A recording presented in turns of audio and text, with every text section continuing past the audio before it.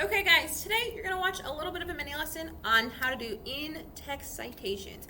I do want this in your notebook. This should be in your notes section, not your bell ringers. Do not forget to do this. You will have to do this on like every assignment basically. So I want you to have an understanding of this. If you cannot read anything that is on the board, you will see it. I'll take a picture of it at the end and you can look at it from there. I will also attach this to this very long agenda full of a lot of different links to videos. So what is a citation? A citation is when you credit the quotes you use. So a lot of times when you're doing writing, you might use like a paraphrase and give like a gist of what someone's writing. You might do a direct quote from it. Whatever you're doing, that's a citation. That's just saying, hey, this is not my writing, this is someone else's writing. So if ever you're doing that, you're doing a citation. Now, what we're going to talk about today is an in-text citation. This is when you use a direct quote or reference other text in a paragraph.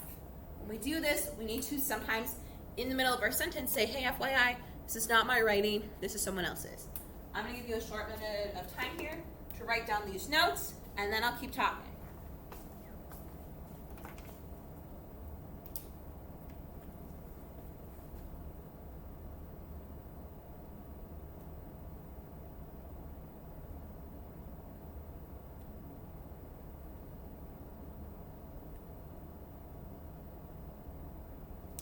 Okay, hopefully that's enough. If not, pause it and you'll be good to go. So an in-text citation, you're going to use it right after you do it.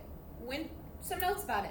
Number one, it will be at the end of a sentence.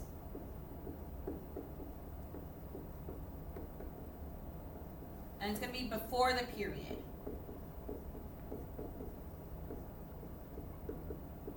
So whenever you're quoting someone at the end of your sentence, you're going to do this little bit of an in-text citation. So if you're quoting something, if you're paraphrasing something, if you're summarizing something, right before you go on to the next sentence, you'll do this little citation, this referencing who you got it from, saying, hey, FYI, this was not my research, this was not my information, it was from someone else. So it's at the end of a sentence, right before the period, not after. That's wrong. You need a few things in it. Very easy.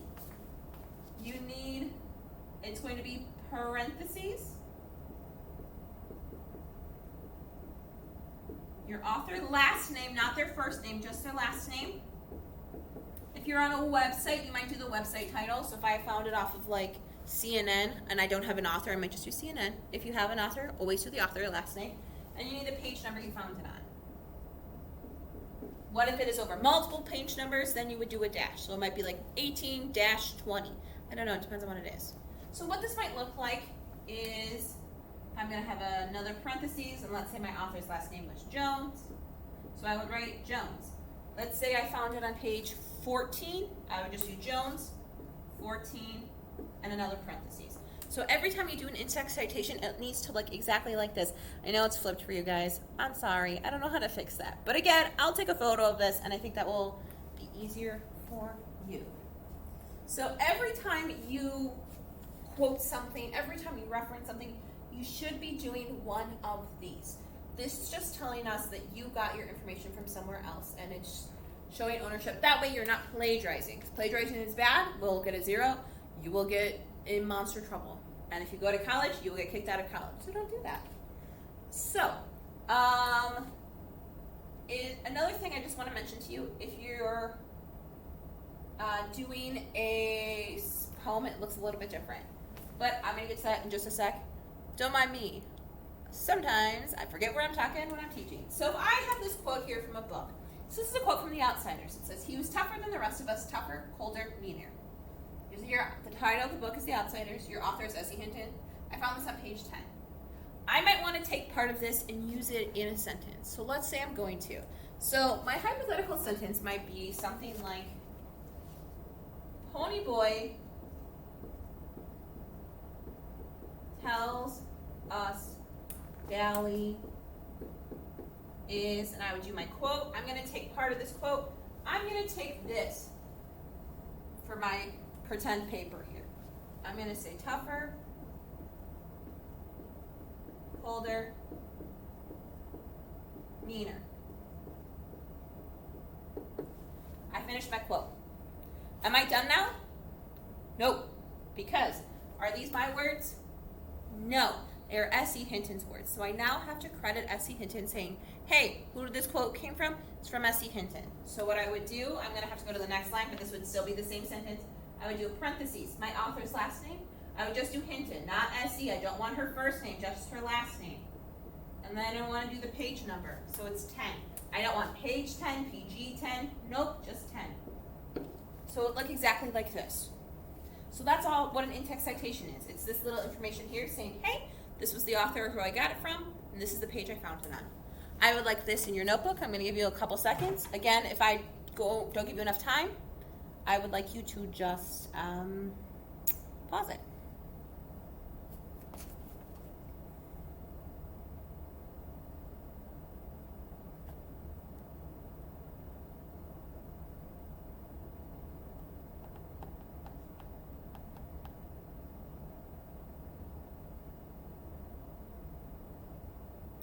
Okay, so this is what you would do if you were quoting any kind of a novel.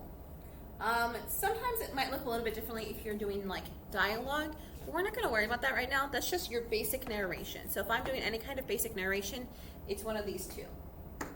I'll talk to you later about when you're going to do it if it's somebody like speaking or things like that. But this would be any kind of basic narration. Remember, narration in a book would be anytime your narrator is speaking. So we can see here, if I'm looking at this page of The Outsiders, none of this is dialogue. This is all just narration. So I would just do the two. It looks a little bit different when you have people talking. That's dialogue. But again, I'm not going to worry about that for today. We'll worry about that at a later time. I also want to make sure you know, though, how you cite a poem. Because you're going to have to do this today when you read this poem, We Real Cool. You're going to read this on Common Lit. It's a really interesting poem. It's really short, but I think it relates a lot to The Outsiders, and we'll talk about it. So you're going to read that today. You're going to do some short answers about it. It's not due for until Tuesday, so don't freak out. But you have to cite that. And because it's a poem, it looks just slightly differently. So when we cite a poem,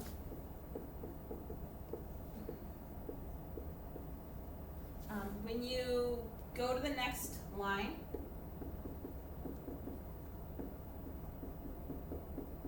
you need to do a backslash.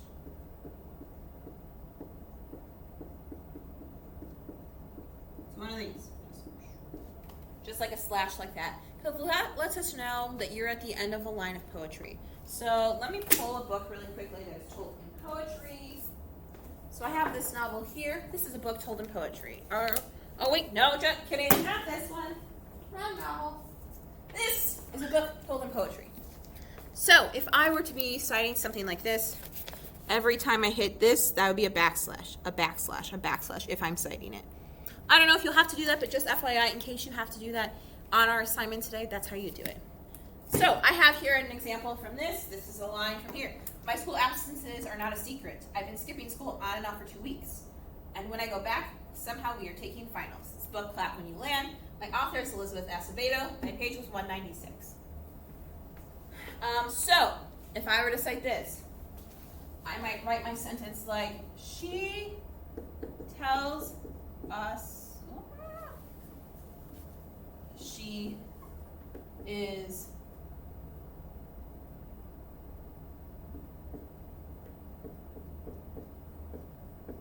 skipping school on and off for 2 weeks. I hit the end of a line, I would do a backslash, and then I would go to the next line. And when I come back, or when I go back, and I'm just going to trail off here, but because I don't want to finish this quote. If I'm ever trailing off, I can do a dot, dot, dot. And then I'm going to do an end quote. But you can see here, I apologize, I'm probably in the way. This backslash I did shows this was the end of the line of poetry. So in this poem you're going to read today, We Real Cool, every single line ends with the word we. So every time after you use we, you would do one of these backslashes to say, hey, FYI, I'm at a new line of poetry. I'm going to now credit the author. Her last name is Acevedo. Now this is a book, so I have a page number. So this was page, I'm going to do the page 116. For your assignment today, you don't have page numbers. You would have like the lines of poetry. So I would count this. So let's say this was all the same poem. So it'd be like line 1, line 2, line 3, line 4, line 5, line 6. You can see this on Common Lit. It does show you this. So if I were crediting these 2 lines, I would do Acevedo 5-6. Like,